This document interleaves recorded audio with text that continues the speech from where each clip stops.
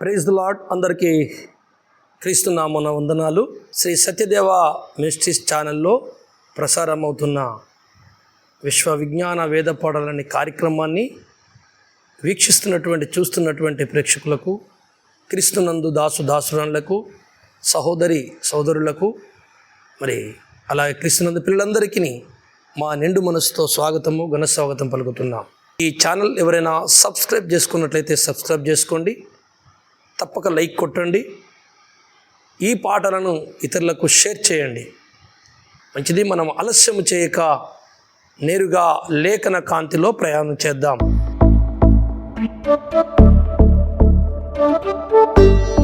నేటి మన ధ్యానము కొరకు పరిశుద్ధ గ్రంథము నుండి రోమా 8వ అధ్యాయము 28వ వచనాన్ని చదువుకుందాం. దేవుని ప్రేమించు వారికి అనగా ఆయన సంకల్పము చొప్పున పిలువబడిన వారికి మేలు కలుగుటకై సమస్తమును సమకూడి జరుగుచున్నవని ఎరుగుదుము. చాలు, చిన్న మాట ప్రార్థన చేసుకుందాం. పరిశుద్ధుడవైన మా పరలోకపు తండ్రి, దయాస్వరూపుడా, కరుణ వాత్సల్యముల గల్ల దేవ, కృపా సమృద్ధి గల్లవాడా, మరొకసారి మీ పాద సన్నిధిలో చేరి మేము ప్రార్థిస్తూ నేను స్తుతిస్తున్నాను తండ్రి. ఈ సమయంలో ఈరోజు పాఠము అయ్యా, ఈ వచనంలోని మర్మాన్ని మా అందరికీ తెలియపరిచి అయ్యా కనువిప్పు చేసి నా తండ్రి నీకు దగ్గర అవుటకు అందరికీ సహాయించి చెప్పుతున్న నీ సేవకుని దాసుని స్వాధీనించుకోండి. మీరే మాట్లాడండి, ఘనత పొందండి. వింటున్న ప్రతి ఒక్కరి హృదయాన్ని స్వాధీనించుకోండి. నీ కృపలో మమ్మల్ని భద్రపరిచి యేసు నామముని కంచె వేసి కార్యం జరిగించుకోమని యేసుక్రీస్తు ప్రభు నామములో ప్రార్థించి వేడుకుంటున్నాము తండ్రి, ఆమేన్. ఈ సమయంలో చదవబడిన లేఖన భాగంలోని కొన్ని మాటలు నేను మీతో పంచుకోవాలని నేను దేవుని చేత ప్రేరేపింపబడ్డాను. ప్రతిసారి మనం ఏదో ఒక వచనము ఈ విశ్వవిజ్ఞాన వేద పాఠాలనే కార్యక్రమంలో ఒక కొత్త కోణం నుండి మనం ఒక విషయాన్ని తెలుసుకుంటూ వస్తున్నాం. ఈసారి కూడా దేవుడు మనకు ఒక కొత్త విషయాన్ని, అనగా పాతదే కానీ మనము చేసుకోలేనటువంటి విషయాలను అర్థమయ్యేటట్టుగా కొన్ని మర్మములను మనకు తెలియపరుస్తున్నాడు. ఎందుకంటే దేవులారా, లేఖనాల్లో మరుగైనటువంటి మర్మాన్ని తెలుసుకోవడం ద్వారా మనిషిని హృదయము ప్రకాశిస్తుంది. సూర్యకిరణాలు మరి పుష్పముల మీద పడ్డప్పుడు, మొగ్గల మీద పడ్డప్పుడు ఆ సూర్యకిరణాల ద్వారా పుష్పములు ఇప్పుకున్నట్టు, వికసించినట్లు మరి బుద్ధివంతుని హృదయము, అంటే దేవుని వాక్య లేఖనాల మీద ఆశ కలిగిన వాడు, ఆ వాక్య మర్మాల మీద వర్షం కలిగిన వాడి హృదయములు ఎప్పుడైతే దేవుని మర్మకిరణాలు, వాక్య కిరణాలు పడతాయో అతడి హృదయము కూడా సత్యము తెలిసిన కొద్దీ వికసిస్తుంది. ఇది నిజం, నగ్న సత్యం. చాలామంది మర్మాలని మరుగైపోయారని అంటూ ఉంటారు కొంతమంది. వాస్తవానికి మర్మాల ద్వారా మరుగైన వాడు బయటకు వస్తాడు, వెలుగులోకి వస్తాడు. వాక్యము మన హృదయంలో ప్రకాశించినప్పుడు, మనం సత్యం తెలుసుకున్నప్పుడని మన ముఖం ప్రకాశిస్తుంది, మన హృదయం ప్రకాశిస్తుంది, మన బ్రతుకు ప్రకాశిస్తుంది, మన జీవితం ప్రకాశిస్తుంది. ఎందుకంటే ఈ వాక్యము చేత సృష్టి చేయబడింది. ఈ సృష్టి కూడా వాక్యము చేత ప్రకాశించబడుతుంది. ఈ వాక్యం మీద ఆధారపడి ఈ జగత్తంతా నిలబడ్డది. మళ్ళీ మర్మాలు తెలుసుకుంటే మరుగెందుకు అవుతాం? ఈ సత్యాన్ని మీరు తెలుసుకోవాలి. మంచిది. చదవబడిన లేఖన భాగంలోని మాటని మనం ఒకసారి ధ్యానించినట్లయితే, దేవుణ్ణి ప్రేమించు వారికి ఆయన సంకల్పము చొప్పున పిలువబడిన వారికి మేలు కలుగుటకై సమస్తమును సమకూడి జరుగుచున్నవని ఎరుగుదుము.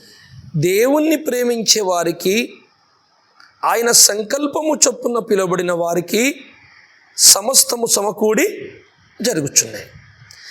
ఇది ఎంతోమంది బోధించారు, నేను చాలాసార్లు చెప్పాను, అందరము చెప్పుకుంటున్నాం. కానీ ఈరోజు ఒక సత్యాన్ని మీకు అక్కడ తెలియపరుస్తాను. 2 విషయాలు అక్కడ కనపడుతున్నాయి. దేవుణ్ణి పిలిచిన వ్యక్తులు ఉన్నారు అక్కడ. ఒకటి, తను పిలిచిన వ్యక్తులకు కలిగే మేలులు సమస్తము సమకూడి జరుగుతున్నాయి. కొన్ని మేలులు కలుగుతాయట. ఆ మేలులు కలగడానికి అనేకము సమకూడి జరుగుతాయట.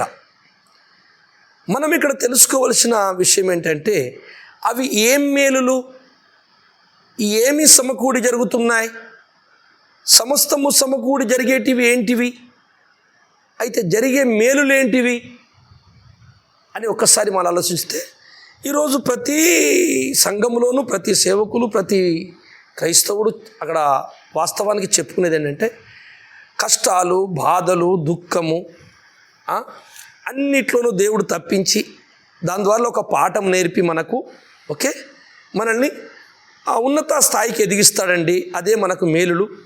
కష్టాలు వస్తాయి, ప్రార్థించంగానే పోతాయి, ఒక అనుభవం నేర్చుకుంటాం, దాని తర్వాత మనకు మళ్ళీ సంతోషం వస్తుంది. ఇదంతా కూడా మన మేలుకై జరుగుతుంది అనేది బోధించుకుంటాం. అది కొంతవరకు సత్యమే. సత్యములో 2 స్టెప్పులు ఉన్నాయి. ఒకటి సగము సత్యం, రెండవది పూర్తి సత్యం. సగము సత్యము తెలుసుకుంటే మనకు సరిపోదు దేవుడారా, పూర్తి సత్యాన్ని కూడా తెలుసుకోవాలని దేవుడు మన పట్ల ఆశపడుతున్నాడు. దేవునికి తన పిల్లలు పూర్తి సత్యాలు తెలుసుకోవాలనే దేవుడు ఆశపడుతున్నాడు. మనం ఇక్కడ ఆలోచించినట్లయితే సమకూడి జరిగేటివి ఏంటివి, మేలులు ఏంటివి, ఈ 2 విషయాలను మనము తెలుసుకోవడానికి ప్రయత్నిద్దాం.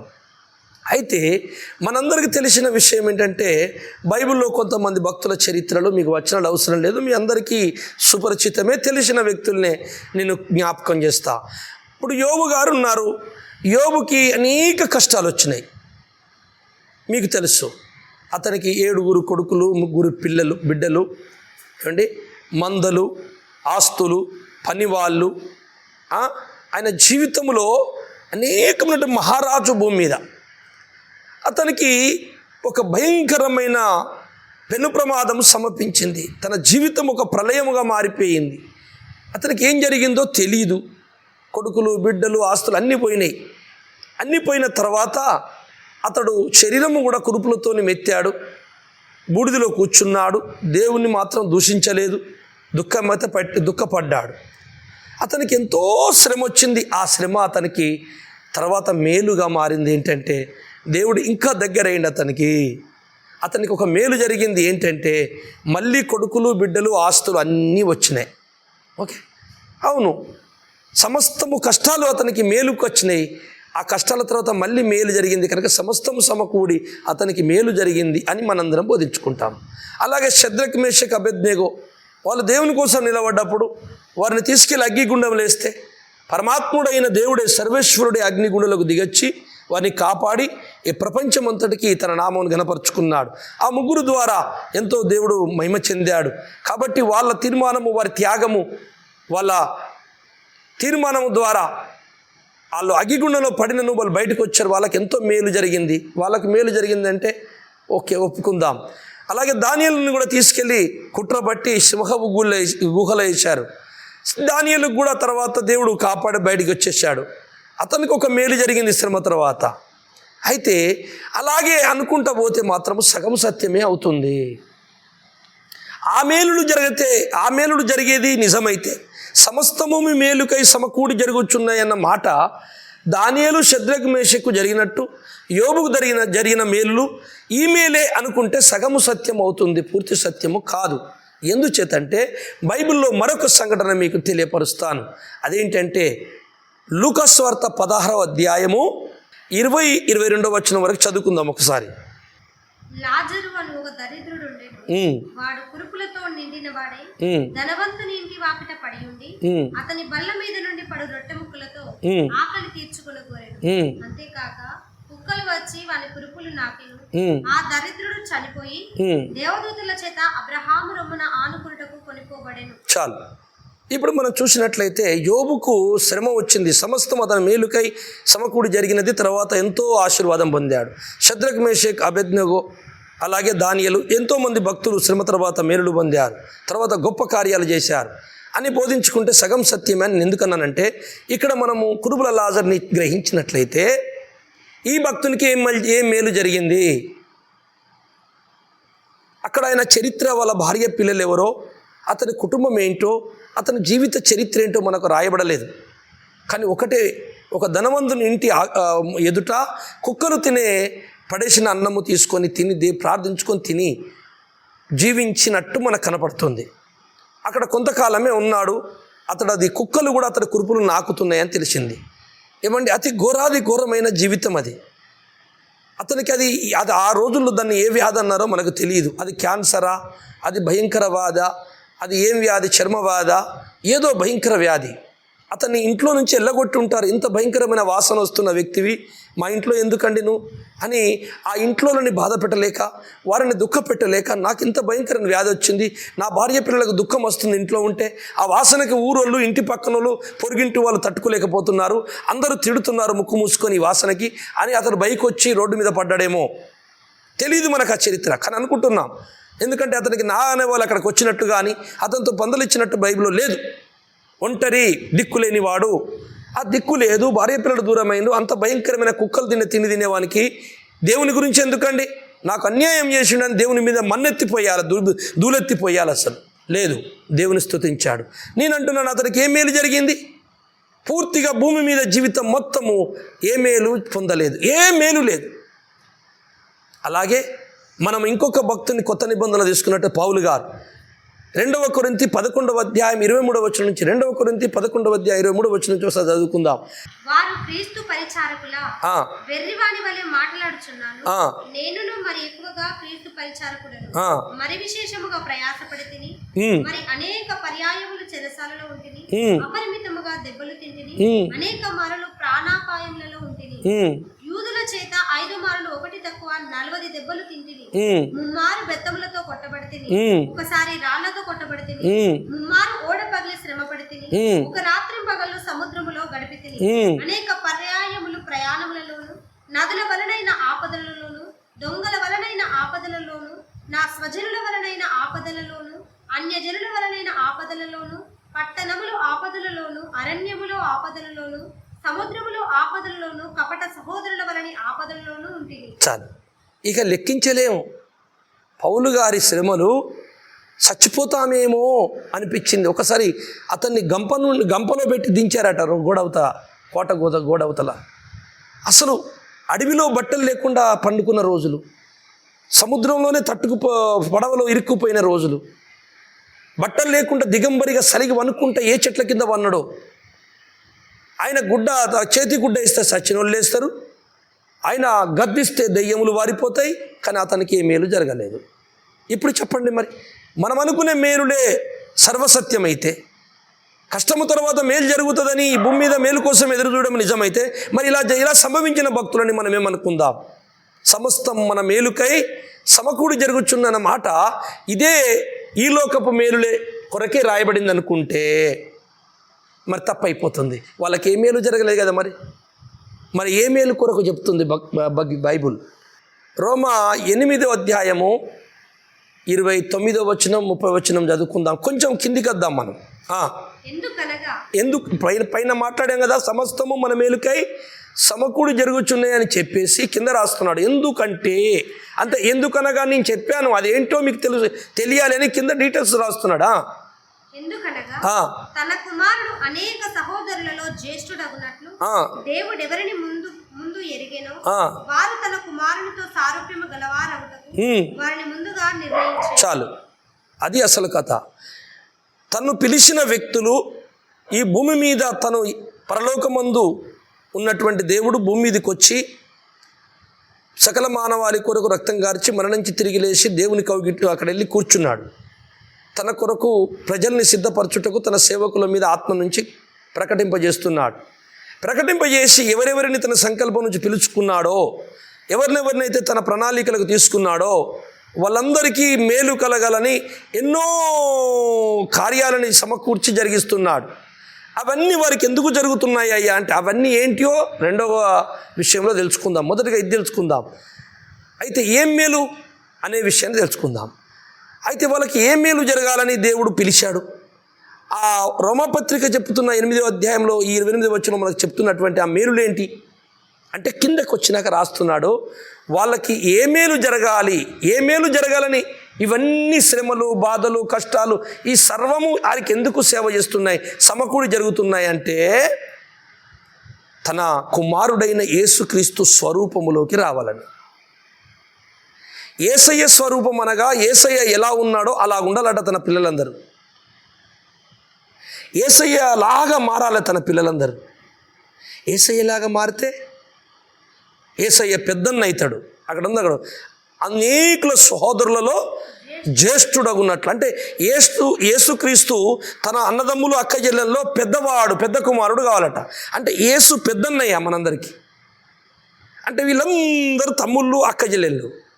అప్పుడు ఈ తమ్ముళ్ళందరూ ఏ రూపంలో ఉండాలంటే ఈ పెద్దన్న ఏ రూపంలో ఉండాలి. బైబిల్ చెప్తున్న సత్యం. అంటే క్రీస్తు భక్తులు పరలోకం వెళ్ళే వాళ్ళు భూమి మీద ఉన్నన్ని రోజులు వాళ్ళకు ఒక మేలు కొరకే సమస్తము జరిగిస్తున్నాడు.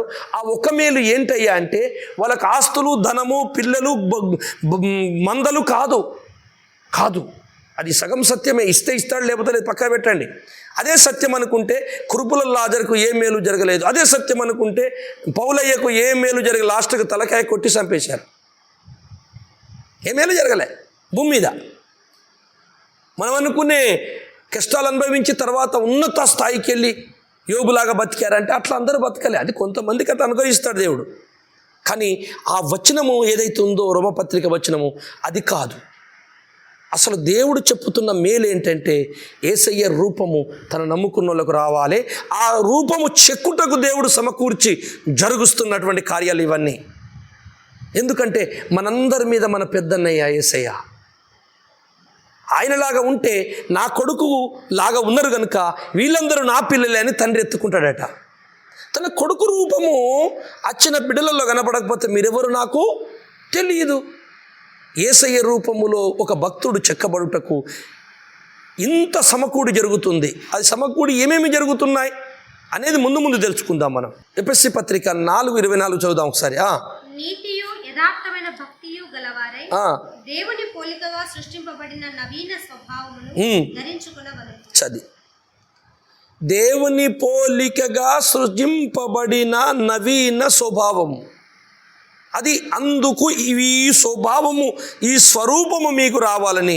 అందుకే పౌలయ్య అన్నాడు, క్రీస్తు స్వరూపములో మీరు చెక్కబడేంత వరకు, ఆ రూపం వచ్చేంత వరకు నాకు ప్రసవ వేదన. అసలు ప్రసవ వేదన అంటే ఏందండి? ఎంత ఘోరం అది. మరణాన్ని రుచి చూసినంత బాధ స్త్రీకి వస్తుంది. అసలు అది అంత ప్రసవ వేదన ఒక సేవకునికి ఎందుకు వస్తుంది? నేను అనుభవిస్తున్నా, నాకు తెలుసు. అది ఇతరులను రక్షించడానికి, వారిని కాపాడటానికి, యేసు రూపంలో తేయటానికి ఎంత కష్టపడుతున్నానో నాకు తెలుసు కనుక నేను ఆ మాట అనగలుగుతున్నాను. ఎందుకంటే నాకు పౌలయ్యకు దేవుడు చెప్పిన మాటలు నాకు అర్థమైనవి. నేను బైబిల్ అర్థం చేసుకున్నా, దేవుని చిత్తాన్ని అర్థం చేసుకున్నా. ఎట్టు తిరిగి యేసయ్య రూపము మనుషులకు రాకపోతే యేసయ్య ఉన్న కాడ ఉండలేడు, యేసయ్యతో కలిసి ఉండలేడు. అందుకే మనుషులందరినీ యేసయ్య రూపంలో తీసుకొస్తే యేసయ్యకు చెల్లెళ్ళు, తమ్ముళ్ళు అవుతారు. ఒకే స్వరూపం అయిపోద్ది అందరిది. కనుక కుటుంబం ఒకటైపోద్ది పరలోకంలో. తండ్రి స్వీకరిస్తాడు. నవీన స్వభావం దేవుని స్వరూపములో. ఆదికాండం 1:27 చదువుదామా. దేవుడు తన స్వరూపమందు నరుణ్ణి సృజించెను, దేవుని స్వరూపమందు వాణ్ణి సృజించెను, స్త్రీనిగాను పురుషునిగాను వారిని సృజించెను. ఎవరి స్వరూపము? దేవుని స్వరూపము. దేవునిది ఏ రూపము? యేసయ్య రూపము. యేసయ్య స్వరూపములో నారుడు సృజింపబడ్డాడు కదా మొదట. మరి ఏమైంది? ఇప్పుడు లేడా అంటే లేడు. ఆ రూపం పోయింది. ఏమిటి? ఎఫెసీ పత్రిక చెప్పినట్టు నవీన స్వభావము, దేవుని స్వరూపములో సృజింపబడిన స్వభావము ఇప్పుడు లేదు వాళ్ళకి. దేవుని స్వరూపములో సృజింపబడిన స్వభావ స్వరూపము ఇప్పుడు లేదు వారికి. పాప స్వరూపం వచ్చింది. మళ్ళీ ఎఫెసీ పత్రిక చదవండి ఒకసారి. చదివిందే. నీతియు యథార్థమైన భక్తియు గలవారై దేవుని పోలికగా సృష్టింపబడిన. అదే దేవుని పోలిక అనగా దేవుడు ఎలాగున్నాడో ఆ స్వభావము కలిగిన పోలికగా సృజింపబడిన నవీన స్వభావం. మళ్ళీ తిరిగి ఆ స్వభావాన్ని మానవుడు పొందుకోవాలి. ఆ స్వభావమే క్రీస్తు రూపం. ఆ రూపము పిల్లలందరికీ రావాలని సమస్తము సమకూడి జరుగుచున్నవి. ఇది అంటే ఈ లోకములో మేలు పొంది ఎంజాయ్గా బతికి, శ్రమలు అనుభవించి, విశ్వాసం నిలబడి, మళ్ళీ కోట్లు సంపాదించుకొని ఎంజాయ్గా బతికి నా పిల్లలు రావాలని కాదు దేవునికి కావాల్సింది. ఆయన మెయిన్ కాన్సెప్ట్, ఆయన ఆలోచన ప్రణాళిక ఏంటంటే యేసయ్య రూపము రావాలి. యేసయ్య రూపము వచ్చుటకు సమస్తము సమకూడి జరుగుచున్నాయి. జాగ్రత్త వినండి. ఇప్పుడు సమస్తము ఏం జరుగుచున్నాయి అది కావాలి మనకి. ఇప్పుడు అర్థమైంది ఏది వాళ్ళకు రావాలి. సమస్తము సమకూడి జరుగుచున్నాయి వాళ్ళకు మేలు జరగటానికి. వాళ్ళ మేలులు ఎందురయ్యా అంటే ఈ లోక సంబంధమైన మేలులు కాదు, క్రీస్తు స్వరూపం వచ్చుటే గొప్ప మేలు. ఎందుచేతంటే ప్రకటన గ్రంథము 21:3 ఏమున్నదో ఒకసారి చదవండి. ఇదిగో దేవుని నివాసము మనుషులతో కూడా ఉన్నది, ఇదిగో దేవుని నివాసము మనుషులతో కూడా ఉన్నది, ఆయన వారితో కాపురముండును, వారాయన ప్రజలై ఉండును. ఆ, దేవుడు తానే వారి దేవుడై ఉండి వారికి తోడై ఉండును. అది దేవుని నివాసము మనుషులతో కూడున్నది. అంటే దేవుడు మనుషులు కలిసి జీవించబోతున్నారు. అందుకు దేవుడు మనుషులు కలిసి జీవించాలి, తనతోని తన పిల్లల్ని ఉంచుకోవాలి. అంటే ఆయనతో ఉండాలంటే నువ్వు ఇంకో రకమైన స్వరూపము గుణం కలిగిన వాడు దేవుని దగ్గర ఉండరు కదా. అందుకు నా దగ్గర నా పిల్లలు ఉండాలని ఆశపడ్డ దేవుడు తనిచ్చిన స్వరూపాన్ని పోగొట్టుకున్న పిల్లలకు తిరిగి మళ్ళీ ఇచ్చటానికి ఆయన వచ్చాడు. అంటున్నాడు, మళ్ళీ కొత్త స్వభావంతో పొందండి. మీరు ఏ స్వభావంతో సృజింపబడ్డారు? మొదట దేవుని స్వరూపముతో, దేవుని స్వరూపములో చేయబడ్డ మీరు ఇప్పుడు దయ్యం స్వరూపం వచ్చింది, మీకు చీకటి స్వరూపం. అయితే తిరిగి మళ్ళా తన పిల్లలందరూ క్రీస్తు స్వరూపంలో, తన కుమారుని స్వరూపములో, ఆది కాండములో తన కుమారుని స్వరూపములో చేయబడ్డ మానవులు, ఆ స్వభావము కలిగిన మానవులు, ఆత్మ సంబంధమైనటువంటి లక్షణాలు కలిగిన మానవులు శరీర సంబంధంలోకి వచ్చేసారు. పాప సంబంధం అయిపోయింది, మనసు చెదిరిపోయింది. తిరిగి మారు మనసు పొంది నవీన స్వభావం పొందాలి. అదే దేవుడు చేస్తున్న ఓ గొప్ప మేలు. ఈ భూమి మీద భక్తులకి ఏదైనా మేలు ఉన్నదంటే అదొకటే మేలు.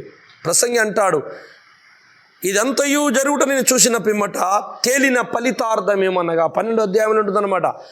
తేలిన ఫలితార్థం ఏంటంటే ఈ ఆకాశం కింద మానవునికి ఏం మేలుందంటే దేవుని యందు భయభక్తులు కలిగి చెడుతనముని అసహించుకొనుటయే ఇదియే మానవ కోటికి విధించిన విధి అంటాడు. మానవునికి ఏమన్నా లాభం ఉన్నదా భూమి మీద? సొలొమోను, ప్రసంగి అంటే సొలొమోను మహాజ్ఞాని, మహారాజు, సుఖభోగాలు అనుభవించిండు, దేవుని గురించి రుచి చూసిండు, అన్నీ అనుభవించిండు భూమి మీద, ఏ తక్కువ లేదు. అన్నీ చూసి కూడా లాస్ట్కి ప్రసంగి గ్రంథం రాస్తున్నాడు. ఏమంటున్నాడంటే అసలు ఏది తిన్నా, ఎంత గొప్పగా బతికినా, ఎంతమంది తోడున్నా, ఎంత సైన్యం ఉన్నా, ఎన్ని కోట్లున్నా, ఎన్ని తోటలున్నా, ఎన్ని మందలున్నా, ఎంతమంది సైనికులున్నా, ఎంత గొప్ప ఆడంబరంగా బతికినా, ఎన్ని ఏండ్లు బతికినా మానవునికి లాభం ఏమీ లేదు. అంతా వ్యర్థం వ్యర్థం వ్యర్థం. ఏదైనా లాభం ఉంది మానవుడి కంటే ఒకటే ఒక లాభము, దేవుని యందు భయభక్తులు కలిగి ఉండి చెడుతనం అసహించుకోవాలి. ఇదే మానవ కోటికి విధి. చూసారా, నేను అదే అంటున్నాను. ఈ లక్షణము, చెడుతనం అసహించుకొని మంచిని ఇష్టపడే లక్షణం ఎవరిదయ్యా అంటే, ఈ స్వభావం ఎవరిదంటే యేసుక్రీస్తు ప్రభుల వారిది, సృష్టికర్తది. ఆ స్వభావంతో ఆదాము చేయబడ్డాడు, తర్వాత పోయింది. మనందరం ఆదాము పిల్లలం. ఈరోజు భూమి మీద ఉన్న ప్రతి మనిషి ఆదాము కొడుకే, కుమార్తెనే, ఆదాము పిల్లలమే. కనుక ఆదాము స్వభావం వచ్చేసింది మనకి. ఇప్పుడు పరలోక ఆదామైన యేసుక్రీస్తు స్వభావం రావాలి. అందుకే తన కుమారుని స్వరూపంలోకి రావాలి. అందరిలో కుమారుడు జ్యేష్ఠుడు కావాలి, పెద్దన్న. ఎందుకు? తన దగ్గర నివసించాలి, మనుషులందరూ దేవుడితో కలిసి ఉండాలి. ఇది అసలు మేలు. ఇకపోతే ఈ మేలు కలుగుటకు, ఈ క్రీస్తు దేవుని స్వరూపము వచ్చుటకు సమస్తము సమకూడి జరుగుచున్నాయి. ఆ సమస్తం ఏంటో ఒకసారి ఆలోచించుదాం. 119వ కీర్తన 91వ వచనంలో ఈ మాటను మనం ఒకసారి మళ్ళీ చూద్దాం. సమస్తము నీకు సేవ చేయుచున్నాయి, రైట్. సమస్తము దేవునికి సేవ చేయుచున్నాయి. దేవునికి ఏం సేవ చేయుచున్నాయి? ఏమేమి సేవ చేయుచున్నాయి? సమస్తం అంటున్నాడు. సమస్తం అంటే ఎంత? ఎన్ని ఉన్నాయో అన్నీ ఉన్నాయన్నీ దేవునికి సేవ చేసి నాకే గొడవ ఎక్కడిది? ఇక మీరు బాగా ఆలోచించండి. భూమి మీద ఉన్నాయన్నీ దేవునికి సేవ చేస్తున్నాయి కదా, ఇక గొడవ ఎందుకు? భూలోకమే పరలోకం చేసేయి. దేవుళ్ళరా, దేవుని ఒకవైపు స్వరూపమే అందరూ చూశారు, రెండో స్వరూపం తెలియదు. దేవుని ప్రేమ రుచి చూస్తున్నారు, ఉగ్రత రుచి చూడట్లేదు. దేవుడు ఏమై ఉన్నాడో చక్కగా ఎవరికి అర్థం అవటం లేదు. మనం చక్కగా ఆలోచించుదాం. రోమపత్రిక 13:1 కూడా ఏ మాట ఉందో చూద్దాం. ప్రతి వాడును పై అధికారులకు లోబడి ఉండవలెను, ఏలయనగా దేవుని వలన కలిగినది తప్ప మరి ఏ అధికారమును లేదు. ఉన్న అధికారములు దేవుని వలననే నియమింపబడి అది. కాబట్టి అధికారమును ఎదిరించువాడు దేవుని నియమమును ఎదిరించుచున్నాడు. ఎదిరించువారు తమ మీదకి తామే శిక్ష తెచ్చుకొందురు. ప్రభుత్వము చేయువారు చెడ్డ కార్యములకే గాని మంచి కార్యములకు భయంకరులు కారు. నీకు మేలు కలుగుటకు అధికారులు దేవుని పరిచారకులు. రైట్. వారికి భయపడ ఉండగోరుతివా, మేలు చేయము. చాలు. ఈ లోకములో సమస్త అధికారాలు దేవునికి సేవ చేస్తున్నాయి. పోలీస్ డిపార్ట్మెంట్, మిలిటరీ, ఇంకా కలెక్టర్లు అయితేంది, లాయర్లు అయితేంది, న్యాయ వ్యవస్థ అయితేంది, అనేక చట్టాలు, అనేకమైనటువంటి అధికారులు, అధిపతులు, రాజకీయ నాయకులు సమస్తము దేవునికి సేవ చేయుచున్నాయి. మరి గొడవ ఎందుకు అవుతుంది? కానీ దేవునికి రెండు వైపుల సేవలు జరుగుతున్నాయి. ఒకటి తన ప్రీతికరమైన సేవ భూమి మీద, రెండోది తనకు వ్యతిరేకమైన వాటిని కూడా దేవుడు అనుమతించి తన పనికి అనుకూలంగా చేసుకుంటాడు. అందుకే ప్రత్యక్షంగా పరోక్షంగా సమస్తము దేవునికి సేవ చేయుచున్నాయి. ఎందుకు చేయుచున్నాయి అయ్యా వీళ్ళందరూ అంటే ఒకటే కారణము, తన పిల్లలకు యేసు రూపం వచ్చుటకే. ఇంత పెద్ద బ్రహ్మాండాన్ని, సృష్టిని ఆఫ్టర్ ఆల్ మనిషి కొరకే సృష్టించిండు. ఎంత గొప్ప విషయం అండి. మనిషి కొరకు ఇంత సెట్టింగు, ఆకాశము, భూమి, సూర్యుడు, చంద్రుడు, గాలి, నీరు, ఇన్ని కొండలు, భూమి మీద ఆహారము, ఫలవృక్షములు, ఇంత సెట్టింగు మానవుని కొరకే. అందుకే దేవుడు కొండల మీద, గొట్టల మీద, దున్నపోతుల మీద, బర్రెల మీద, జంతువుల మీద లేదు. దేవునికి దృష్టి మనుషుల మీద ఉన్నది. మనుషులు కావాలి దేవునికి. సాతాను కూడా ఏం కావాలి? వానికి మనుషుల్ని జడగొట్టాలి. మనుషుడు ఎవరు? దేవుని స్వరూపంలో చేయబడ్డవాడు. వాడు అలాగే ఉంటే దేవునితో వెళ్ళి బతుకుతాడు. నేను నరకం వెళ్ళాలి, వాడు అలా ఉండని అని వాడు కంకణం కట్టుకున్నాడు. దేవుడు అంటున్నాడు, నేను సమస్తము జరిగించేది నా పిల్లలకు నా రూపం రావాలని. 1 కొరింథీ 3:21 ఒకసారి చదవండి. ఆయన సేవ చేస్తున్న ఏమేమిలో ఒక్కటి చూపిస్తా మీకు. కాబట్టి ఎవడును మనుషుల యందు అతిశయింపకూడదు, సమస్తమును మీవి. సమస్తము మీవి. పౌలైనను, అపొల్లోలైనను, కేఫాయినను, లోకమైనను, జీవమైనను, మరణమైనను, అది మనకే సేవ చేస్తుంది. ఎవరెవరు? పౌలు దేవుని భక్తులే కాదు, అన్ని మంచి కార్యాలే కాదు, దేవదూతలే కాదు, మనకు పరిచర్య చేసేది. గాలి, నీరు, ఎండే కాదు, సూర్యచంద్ర నక్షత్రాలే కాదు, సకల పక్షులే కాదు, జీవరాశులే కాదు, ప్రకృతే కాదు, అదొక్కటే కాదు, మరణము కూడా నీకే సేవ చేస్తుంది. అంటే మరణము అసలు దేవునికి ఇష్టమైంది కాదు కదా. మరణము పాతాళ కాపరి, మరణము ఒక సైతాన్ అని బైబిల్ చెప్తుంది. మరణము యొక్క బలము గలవాడు అంటే సైతాన్. పాతాళపు కాపరి మరణం అని ఒక వ్యక్తి, మరణం అనే వ్యక్తి. అలాంటి వారిని దేవుని సేవ ఎట్లా చేస్తుంది మరణం? అది కొన్ని మరణాలను, కొన్ని ప్రళయాలను, కొన్ని ఈ భూమి మీద వ్యతిరేకతలను దేవుడు తన బిడ్డలకు తన రూపం వచ్చేటట్టు, చెక్కేటట్టు, అచ్చేటట్టు అవి అనుమతిస్తున్నాడు అనమాట. వాళ్ళని కూడా వాడుకుంటున్నాడు. మరణము ఓటమంటారు చాలామంది. నో, పరిశుద్ధంగా జీవించి లాజర్లాగా ఎన్ని కుక్కలు నాకినా, ఎన్ని కురుపులైనా దేవుని దూషించకుండా అతడు గెలిచాడు మరణాన్ని. కనుక ఖచ్చితంగా మరణం ఓడిపోయింది అతని ముందు. సో అతను మేలులోకి వెళ్ళిపోయాడు, శాశ్వత మేలులోకి. శాశ్వతమైన ప్రేమ అంటాడు ఇర్మియా గ్రంథం 31:3లో. శాశ్వతమైన ప్రేమతో నేను ప్రేమించుచున్నాను. శాశ్వతమైన దాంట్లో ప్రవేశించడమే నిజమైన మేలు. మేలులు కలుగుడు అని భూమి మీద తినకండి, ఇవన్నీ బూడిదైపోతాయి. కడుపుకు నియమించిన ఆహారము మొత్తం నాశనం అయిపోతుంది. దేవుని రాజ్యమే నిలుస్తుంది. అందుకనే మరణము సేవ చేస్తుందట. మనుషులు సేవ చేస్తున్నారు. రాజకీయ నాయకులు దేవునికే సేవ చేస్తారు.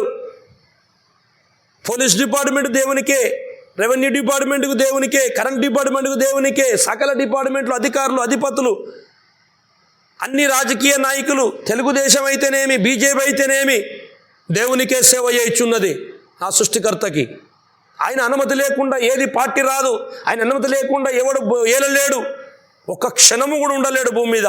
రాజులను, చక్రవర్తులను మార్చే సృష్టికర్త, ఈ బ్రహ్మాండానికి సృష్టికర్త యేసుక్రీస్తు. సమస్తము ఎందుకయ్యా మరి వీళ్ళందరూ ఈ సెట్టింగ్ అంతా ఇంత రిస్క్ దేనికయ్యా నీకంటే? నా కొడుకులు, నా పిల్లలు, మనుషులు అనే పిల్లలు నా రూపంలోకి రావాలని ఇంత సెట్టింగ్ చేశానయ్యా నేను అంటున్నాడు. సూర్యుణ్ణి అంత సెట్టింగ్ అవసరమా? చంద్రుడు అంత సెట్టింగ్ అవసరమా? ఇంత ఆకర్షణ శక్తులు అవసరమా? గాలి అవసరమా? ఇంత పెద్ద బ్రహ్మాండం ఎందుకండి మనుషుల కోసం? అంటే అవసరము. వీళ్ళన్నిటి కంటే, సూర్యుని కంటే, చంద్రుడి కంటే, భూమి కంటే, ఆకాశం కంటే గొప్ప విలువైన వ్యక్తులే నా పిల్లలు. అలాగా అంత విలువైనోళ్ళ దేనికి అంటే వాళ్ళు నా స్వరూపములోకి వస్తే నా ఇంట్లో నాతో పాటు ఉండే నా పిల్లలు నాలాగే ఉంటారు. అంటే దేవునికి అంత ప్రీతికరమైనమాట, ప్రియమైనటిదనమాట. అందుకే సమస్తము వాడుకుంటుండంటే దాని అర్థం ఏంటంటే పిల్లలకు తన స్వరూపం రావాలని. 2 కొరింథీ 12:7 చదవండి. మీకు ఒక చిన్న మాట చెప్పి ముగిచ్చేస్తాను. నాకు కలిగిన ప్రత్యక్షతలు బహు విశేషముగా ఉన్నందున నేను అత్యధికముగా హెచ్చిపోకుండా నిమిత్తము నాకు శరీరములో ఒక ముళ్ళు, నేను అత్యధికముగా హెచ్చిపోకుండా నిమిత్తము నన్ను నలగొట్టుటకు సాతాను యొక్క దూతగా ఉంచబడెను. అది పౌలయ్యను నలగగొట్టుటకు భక్తుడండి పౌలు గారు. అతని దగ్గర విశేషమైన శక్తులు ఉన్నాయట. అతడు చెయ్యి తలుగుతే రోగులు లేస్తున్నారు, అతడు చెయ్యి ఊపితే దెయ్యములు వారిపోతున్నాయి. అంత కృపావరాలు, మహాప్రత్యక్షత, జ్ఞానము కలిగిన పౌలు అంటున్నాడు, నాకెందుకయ్యా ఇది ఏదో శోధన ఉంది శరీరంలో బాధ. ఆ బాధ పేరు ఏంటట? సాతాను ముళ్ళు. ముళ్ళనే సాతాను అంటే సాతానునే ముళ్ళుగా పెట్టాడట శరీరంలో దేవుడు.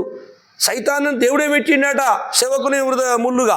ఇదేం కథ అంటే, నా కొడుకు నా రూపంలో వాడు చెక్కబడుతూ అనేకులను చెక్కలు కనుక నువ్వు పోయి అల్లుండ్రా అని చెప్తే సేవ చేస్తాడు సైతాన్ గాడు పౌలు శరీరంలో ఉండి. అర్థం చేసుకోండి. కోట్లు కోట్లు సంపాదించుకొని పైసలు సంపాదించుకోవడం దేవుని రాజ్యం పోడు కాదు. పైసలు ఉంటే దేవుడు ఉన్నట్టు కాదు. కురుపులు ఆగి నిన్ను కుక్కలు నాకినా సరే విశ్వాసం ఉంటే దేవుడు ఉన్నట్టు.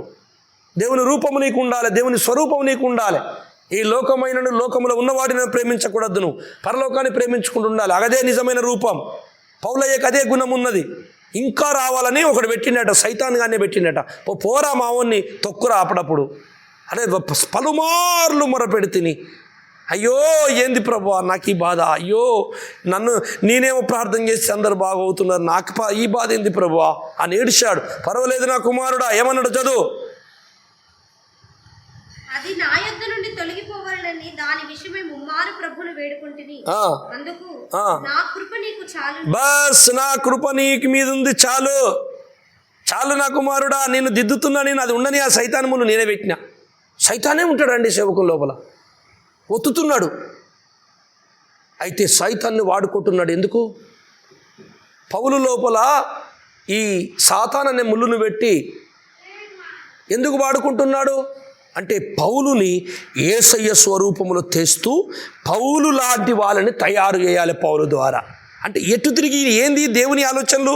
నాలాగా తయారు కావాలి, నా స్వరూపము నా బిడ్డలకు రావాలి. అబ్బా అబ్బా అబ్బా, తన స్వరూపం మొత్తందుకు గిన్ని కష్టాలు సార్. దెయ్యాన్ని నా లోపల పెడతావా? ఇంత మంచి పాస్టర్ని నీ బంగారు పాదాలు పట్టుకుని సేవ చేస్తున్నా ఇంత పొరపాటు చెత్తలేను. ఉండాలి. నేను అనుకున్న రూపం రావాలంటే, అరే సైతాన్గా నా సేవ చేయిపో. వీని పని ఏంది? చెడగొట్టడము, మనుషులు నల్లగొట్టడము, విశ్వాసం పోగొట్టడం. పోగొట్టుకోపోరా నా కొడుక్కి, పో నా యోబు దగ్గరికి వెళ్ళిపో. అయినా పడిపోడాడు, నేను చూసుకుంటా, నువ్వు అంటే పరోక్షంగా ఒక విధంగా ఈ సాతాను కూడా దేవుని సేవ చేస్తున్నాడు, కానీ దేవుని రాజ్యం వానికి ఇయ్యడు. వాడు చెడ్డవాడే, వాడు చెడు చేయబోతున్నాడు, దాన్ని దేవుడు మంచికి మలుస్తున్నాడు. పౌలుని నలగొట్టి ఏడిపించి విశ్వాసం పోగొట్టాలని చేస్తున్నాడు లోపల, కానీ దేవుడు పౌలుని ఇంకా రాయిలాగా తయారు చేస్తున్నాడు. పౌలు ఆ రూపములో గట్టిగా ఇంకా పెరిగిన కొద్దీ ఏం జరుగుతుందంటే, అనేకులను యేసయ్య కొరకు తయారు చేస్తున్నాడు ఆయన. అది మేలు. ఆ మేలును జరగటానికి ఇవన్నీ మనకు సమకూడి, రోమాపత్రిక 12:1 చదువుకొని ముగించుకుందాం. కాబట్టి సహోదరులారా, పరిశుద్ధమును దేవునికి అనుకూలములైన సజీవ యాగముగా మీ శరీరములను ఆయనకు సమర్పించుకొనుడని దేవుని వాత్సల్యమును బట్టి మిమ్మల్ని బతిమాలుకొనుచున్నాను. ఇట్టి సేవ మీకు యుక్తమైనది. మీరు ఈ లోక మర్యాదను అనుసరింపక ఉత్తమమును అనుకూలమును సంపూర్ణమునయున్న దేవుని చిత్తమేదో పరీక్షించి తెలుసుకున్నట్లు మీ మనస్సు మారి నూతన మగుట వలన రూపాంతరము పొందుడి. రైట్. నీ మనసు మారి రూపాంతరం. ఏ రూపాంతరము? కొండ మీద యేసయ్య రూపాంతరం పొందండి. ఆ రూపాంతరం మహిమ రూపాంతరం రావాలి. మరణాన్ని, రోగాన్ని, శ్రమలను, కరువులను, తుఫాన్లను, భూకంపాలను, మతోన్మాదులను, డిపార్ట్మెంట్లను, వ్యతిరేకులను, స్వార్థ వ్యతిరేకులను, దెయ్యాలను, సాతానులను, దుష్టశక్తులను, మాంత్రిక శక్తులను, దురాత్మలను, సకలం అంటే అర్థమైంది. సకలం అంటే అర్థమైంది. చూడండి ఒకసారి రోమపత్రిక మళ్ళీ 8:28 చదవండి. ఒక్కసారి చదవండి. దేవుని ప్రేమించే వారికి, ఎవరికి? దేవుణ్ణి ప్రేమించే వారి కొరకు జరుగుతున్న కథ ఇదంతా. అనగా ఆయన సంకల్పము చొప్పున పిలువబడిన వారికి మేలు కలుగుటకై సమస్తమును సమకూడి. అద్దె సమస్తం అంటే ఇప్పుడు చెప్పినే నేను. ఇవన్నీ ఎందుకు ఇన్ని కష్టాలు బాధలు పెడుతున్నంటే యేసయ్య ప్లాన్ ఏంటంటే నా రూపము నీకు రావాలి.